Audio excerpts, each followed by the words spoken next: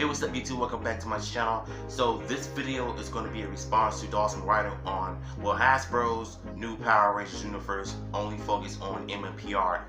And I'm going to answer that question by the end of the video.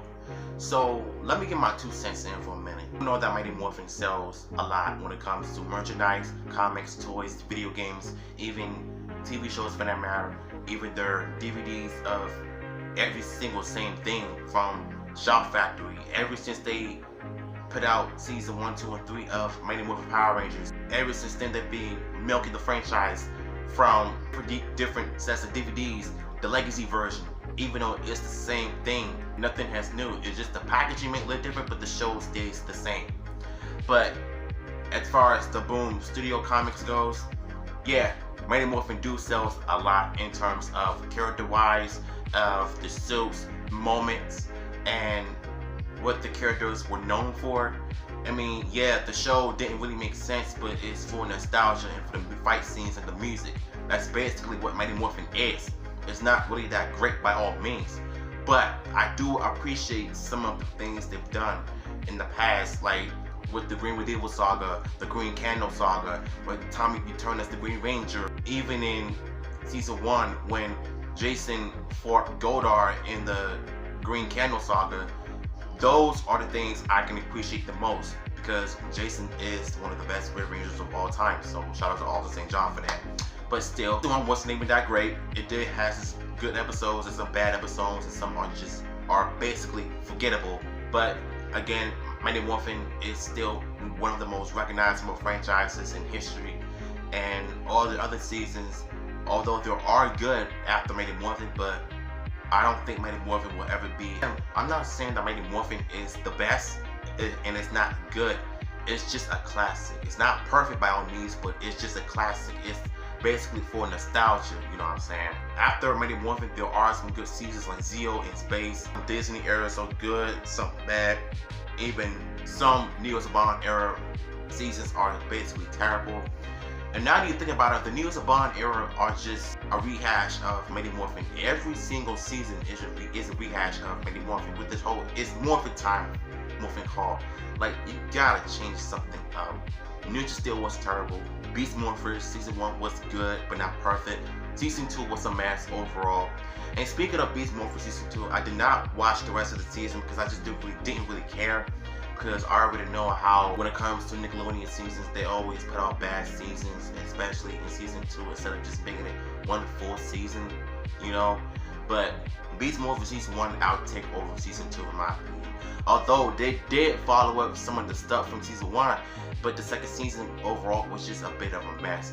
It has its good episodes and it has some bad episodes. But the finale is just not good. So, I mean, especially the ending part of the finale. I did like his stakes with Steel sacrificing himself to stop Evox from doing the unthinkable and stuff. I did see some stuff on YouTube, but I did not like how Steel's human actor sucked. So getting back on track on the Mighty Morphin, why I think it's the most selling merchandise ever in terms of the costumes, the character wise and stuff.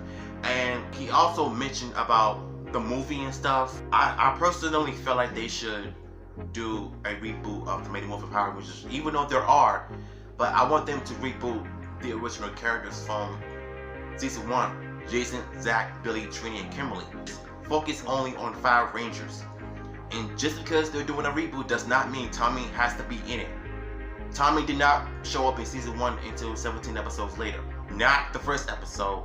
And he was not the leader as the Green Ranger. That's what you Tommy fanboys need to get a grip on it. I do want them to reboot the Mighty Morphin Power Rangers in Hasbro's fashion. If you look at the Bumblebee movie, our Bumblebee movie took place in the 80s. The Power Rangers franchise or the Power Rangers movie should take place in the 90s. Don't time travel, because that's gonna take away the movie for being great. So I will cut time traveling out and just have it set in the 90s, like around 92 or 93, but especially in 92 when the pilot episode came out. But in 93, the actual episode came out around August 28th. So I will probably make sure all of the characters are developed, have Trini be a character that is been moving a lot time and time again, and why she struggled to fit in with others, while she's been moving a lot, being the new kid in Taiwan and stuff. So it would make sense to have Kimberly go through a lot dealing with her parents' divorce and everything. And we definitely need to know what the Rangers' backstory is, because the 2017 movie did some good in that, but I kind of feel like all of that overdone it so much, you know, with Trini's part. I'm not gonna mention why I dislike Trini's story. I just didn't like it, so I'm not even gonna explain why. But I do believe that this reboot is gonna do a lot better than the 2017 movie, and which I'm hoping and praying that I'm praying that they do. And you gotta have the martial arts fights. Martial arts is the most important thing in action film and TV show history, especially what the Power Rangers is known for. You cannot have a Power Rangers movie without martial arts action.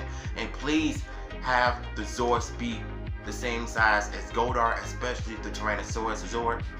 Like in the Sentai, have it just like that in the movie. And if you look at the Bumblebee, all of the robots, Autobots, and Decepticons are the same size. If you have the Tyrannosaurus and Goldar fighting each other, have them fight in the same height, and just do it right. Like, that's all we're ever asking Hasbro.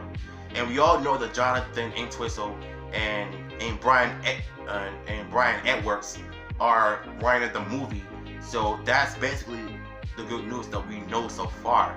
So I just hope that they do this reboot some justice. So do I think they're going to be only focusing on Mighty Morphin Power Rangers? Yes, because like I said, Mighty Morphin is the most franchise among other Power Ranger seasons, and it's still not perfect, but it's still the most recognizable franchise as a whole. So there's your answer. So what did you think of this video? Do you agree or disagree? Let me know in the comments down below.